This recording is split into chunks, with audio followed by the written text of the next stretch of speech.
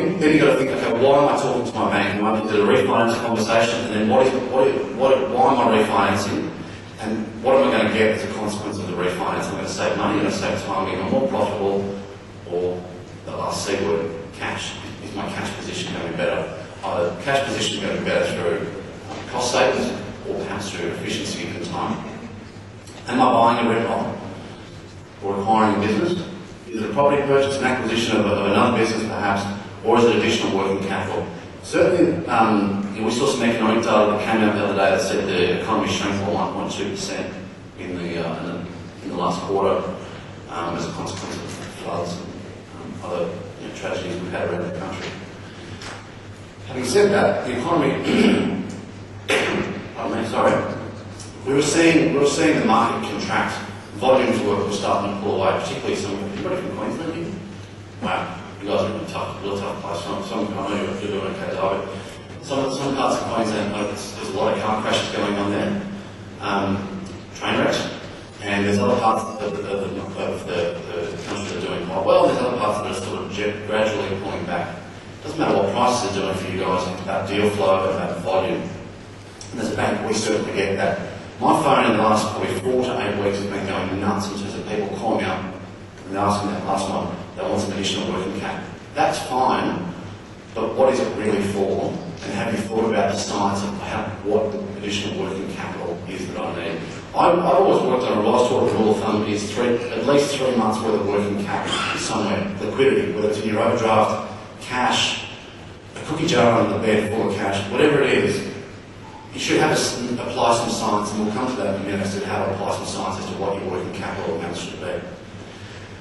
What you're doing there is very important, because what you're doing there, understanding and having a thorough understanding of what you're doing in your business will help you actually articulate your message to your banker in terms of why is it good business for the bank. The banks, Westpac, I can absolutely say, we're open for business. I was down in the vault this morning. Chris is one of our bankers from Hobart. He told me when he came up this morning, there's bags of cash everywhere. We've got loads of money to lend. But it's about articulating the message, and if you can't articulate the message clearly, then it's going to make a tough proposition for you to get the finance over the line on the right terms. So getting the finance, it's getting the finance on the right terms. So some of the things we look for, I'm going to run through a very quick break-even example. Now, many of you in the room will be familiar with working through your break-even. But I think it's a timely market. As markets start to contract a little bit, it's always a good idea to refresh some of those principles of what we mean by break-even. So apologies for the people sitting up the back. This is a spreadsheet that we run. It's a real back of the envelope type analysis. But what we're doing here is we're determining what is the gap between your fixed income, your rent roll, so your bankable income every month, versus the fixed costs of the whole of your business. So typically this is a business that has a sales business and a property management business. That's the sort of fundamental divisions, if you like, of a residential estate business. What is the gap? So in this example, we've got property management income per annum of 250 grand. We've got ad letting fees of about 40 grand, 37,500. I worked on sort of 12 or 15% as the amount of the as a rule of thumb for property management. The total property management collections. Revenue collections, I should say, not revenue collections. So that gets us to a figure of $287,500 per annum. So that's our fixed income, if you like.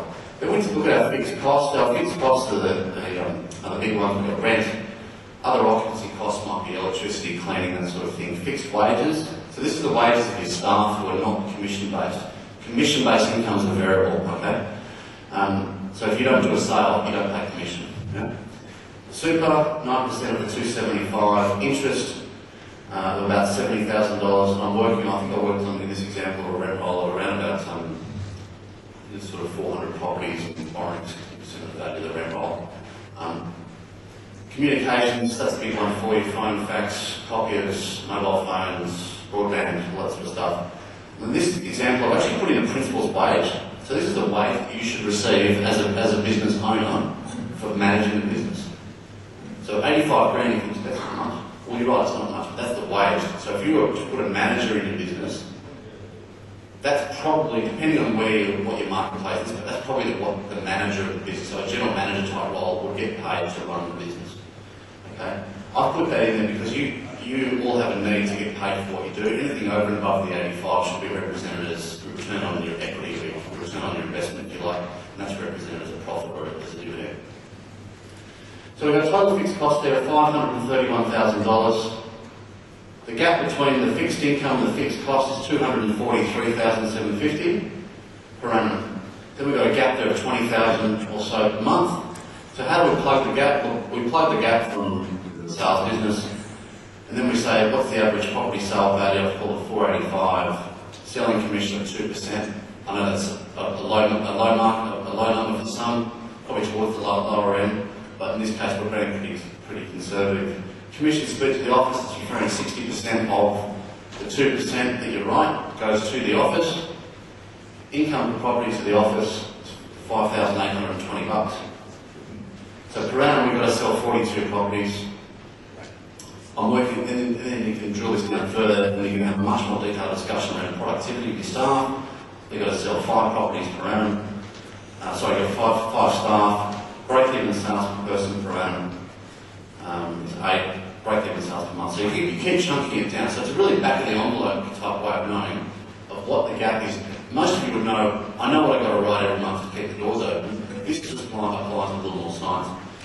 A different way of looking at it is just turning it upside down. So we said property management income in the example was $287,500. We've got fixed costs of $530. That's that gap of almost $244,000 per annum. So what we're saying there, our fixed costs, 54% of our fixed costs are covered by our fixed income. So it's just the $287,500 divided by 531. So we're covering our fixed costs pretty much 50-50. Perfect world, you're going to have 100% fixed cost coverage. Reality, you're probably doing pretty well to get 50%. It'll come down to how big your sales business is, really, and how big your rent is.